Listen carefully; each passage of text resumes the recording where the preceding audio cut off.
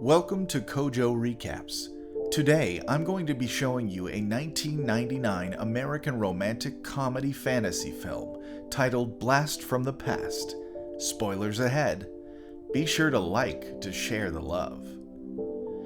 Eccentric American scientist Dr. Calvin Weber believes that nuclear war with the Soviet Union is imminent and builds a secret fallout shelter beneath his backyard in 1962.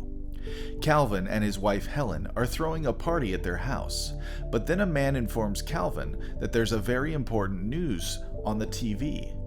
US President Kennedy informs the nation that they are currently in a standoff against the Soviet Union over the fact that the Soviet Union has installed nuclear-armed missiles in Cuba. Fearing the worst, Calvin calls an end to the party and asks all his guests to leave. As soon as everyone goes, Calvin takes his wife into a secret bunker that he had built in case of emergencies. An unexpected mechanical failure aboard an F-86 Sabre causes the aircraft to lose control over Los Angeles. The pilot ejects from the plane, which proceeds to crash right into Calvin and Helen's house. Alarmed by the crash, Calvin assumes the worst and activates the shelter's time locks for 35 years. Calvin explains to Helen that they need to stay inside the bunker as they have exactly 35 years of radiation to stop affecting people. Helen is not happy with the news, and Calvin stresses to her that there's no need to worry. He has already had the whole bunker designed and looking like their actual home. Calvin has enough food and water supply to last them for years, too. So, it's with that they ensconce themselves in their elaborately engineered bomb shelter to wait out the half-life of radioactive contamination. With the house completely destroyed by the crash, the Webers' neighbors and authorities assume they were killed, and their property is left abandoned. Inside the bunker, Helen gives birth to their son Adam a few months later, and the boy's bizarre upbringing is the result of this major tactical mistake by Calvin. For 35 years, Adam was raised on Jackie Gleason reruns, Perry Como records, and dreams about life on the surface. While his father taught him about science, baseball, and avoiding communists, his mother taught him about dancing, manners, and charming girls. Meanwhile, he waited and waited for a chance to see the actual sky.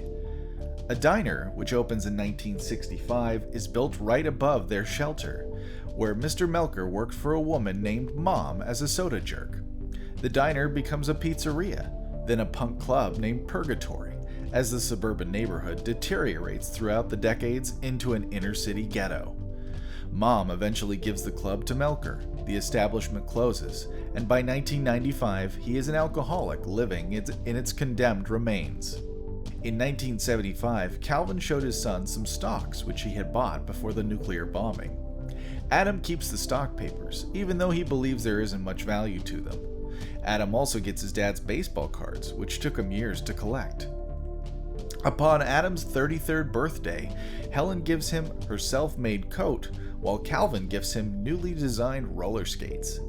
Adam tells his parents that he wishes to meet a girl, while Calvin responds by telling him that there's only 2 years left and Adam can meet a girl then. When the time trigger locks on the Webers' shelter at last open, Calvin mistakes the now blighted neighborhood where his home once was for a post-apocalyptic wasteland of irradiated mutants, and decides the family must stay underground. Helen had enough of living underground and wanted her son to experience a real life. Calvin and Helen have a fight, which causes Calvin to have trouble with his heart. Helen says that she needs to take care of him and therefore cannot leave his side. Adam volunteers to go outside and replenish the food, while also bringing in the necessary items for his father's survival. Now, for the first time, Adam is about to leave the safety of the underground for the overwhelming complexity of America in the 90s. Adam is sent out to replenish supplies and find a nice, non-mutant girl from Pasadena in order to repopulate the world with upstanding citizens.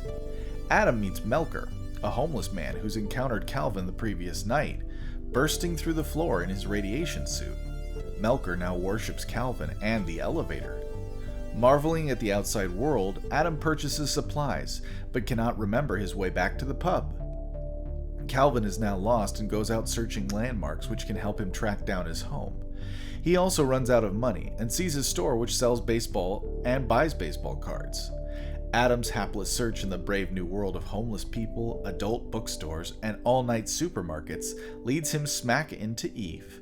Trying to sell his father's classic baseball cards at a hobby shop, she stops the owner from cheating Adam and is fired, and tells him that each of his baseball cards are worth thousands of dollars instead of the $500 the store owner wanted to purchase them all for.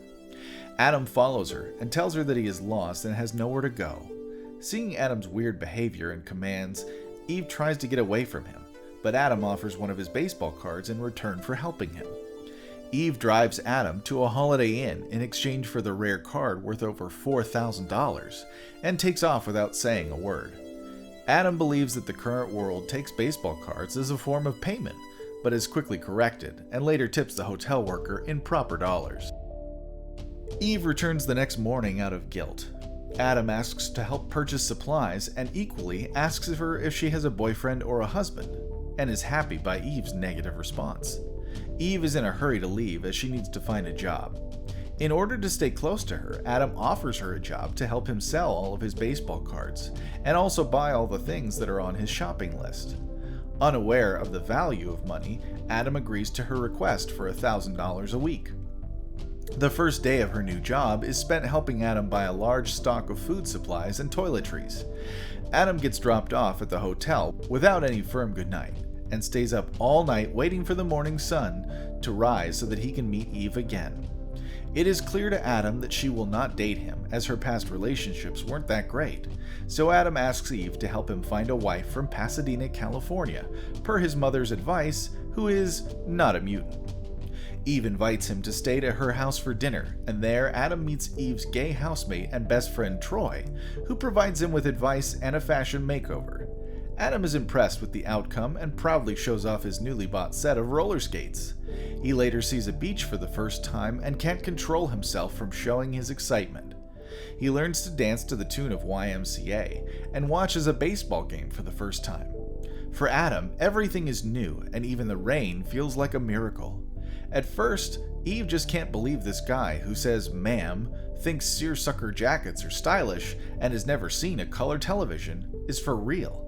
But the more Eve watches Adam approach to the world, and with his wide eyes, comic miscomprehension, joyous delight, and sweet innocence, the more she begins to find herself falling in love.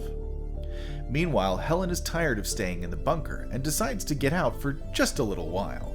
She gets out of the bunker, and the homeless man Melker believes her to be God's mother and has already gathered more followers. Eve and Troy take Adam to a 1940s-style swinging nightclub to find him a wife. Adam attracts the attention of several women, including Eve's nemesis Sophie. They bond over their mutual fondness of the French language, and Eve gets jealous as she watches them speak passionately in French and takes Adam away from her. Later, Adam finds another attractive girl who he wanted to approach, but Eve tells him that he shouldn't go for her. Troy then points to another attractive girl, and this time Eve cannot do anything. Despite Troy and Eve believing that Adam would bomb, they're surprised to see that Adam gets quite popular amongst the women in the club. Adam takes them to dance and dances brilliantly with both of them. The dance is really awesome, and Eve is clearly jealous to see him having fun with other girls. Adam ends the dance with a striking a pose, and Eve quickly calls him back, seeing what Adam had just done. She accuses him of acting stupid and not knowing many things, and asks him to stop lying to her. Adam is ready to tell her everything, but as he's about to start, Eve's ex-boyfriend Cliff shows up and interrupts him. He takes Adam's seat and asks Eve to have a drink with him. In order to make Adam jealous, Eve takes off with Cliff, leaving Adam sad and alone. However, Adam goes up to where they're having drinks and tells Eve that he doesn't like it. Cliff then pushes Adam away and tries to goad Adam into an altercation, relenting when Adam demonstrates his boxing skills, having trained every day with his father. Eve leaves. Troy returns home and explains that Adam went home with Sophie. Eve is obviously concerned, and Troy calls her out for being in love with Adam. Eve tries to deny it vehemently, but it's obvious that she truly is in love with Adam. Eve storms out of the house, angry that Adam went with Sophie, and injures her knee. Outside, Adam had already returned, and now Eve is hurt and angry because of the embarrassment she felt in front of the man that she loves. Adam calms her down and applies first aid to her injured knee. Eve concernedly asked what he did in Sophie's apartment. Adam replies, explaining that he politely rejected Sophie's advances, as he could only think about Eve. He and Eve kiss, and Eve also confesses her feelings to Adam. However, when Adam admits the truth about his past and his desire to take her to be his wife underground, she asks him to leave. Finding the pub where Melker preaches to a full congregation, Adam returns to Eve's house to tell her he's found his actual house, but Eve was already waiting with Dr. Nina Aaron and her assistant to have him committed. Initially cooperating, Adam escapes, asking Eve and Troy to collect his things and pay his hotel bill. In his hotel room, Troy and Eve find toiletries and clothing from the 1960s, and absurdly valuable stock certificates in companies like IBM, which Calvin had written off as worthless, and deduce that Adam is not crazy and was telling the truth the whole time. As Melker and his cult load supplies into the shelter, Calvin prepares to seal his family inside again. Eve spots Adam outside the pub. They embrace, and Adam takes her to meet his parents. Impressed with Eve, Calvin and Helen agree to set the shelter's locks for 2 months, while Adam and Eve make arrangements. During this time, Adam and Eve sell the stocks to build his parents a new home in the country, identical to their house that was destroyed, and purchase and restore a red 1960 Cadillac convertible. They help Melker rebuild the pub into a 50s-themed nightclub after convincing him that Adam is not God. Adam reveals that there was never an atomic war. The bomb was not a bomb at all, instead was a plane that had crashed into their house, and that the Soviet Union has collapsed. Unconvinced, Calvin plans to build a new fallout shelter, as Eve watches while playing with her engagement ring. Calvin is mesmerized to see the technological advancements in 35 years, and Helen is just happy to be outside. In the end, it's a happy family living freely in the outside world. What did you think of Blast from the Past? Would you survive living in a bomb shelter? Tell us in the comments below. Don't forget to like and subscribe for more Kojo recaps, and tell us which movie you would like to see us recap next. Until next time, dear viewer.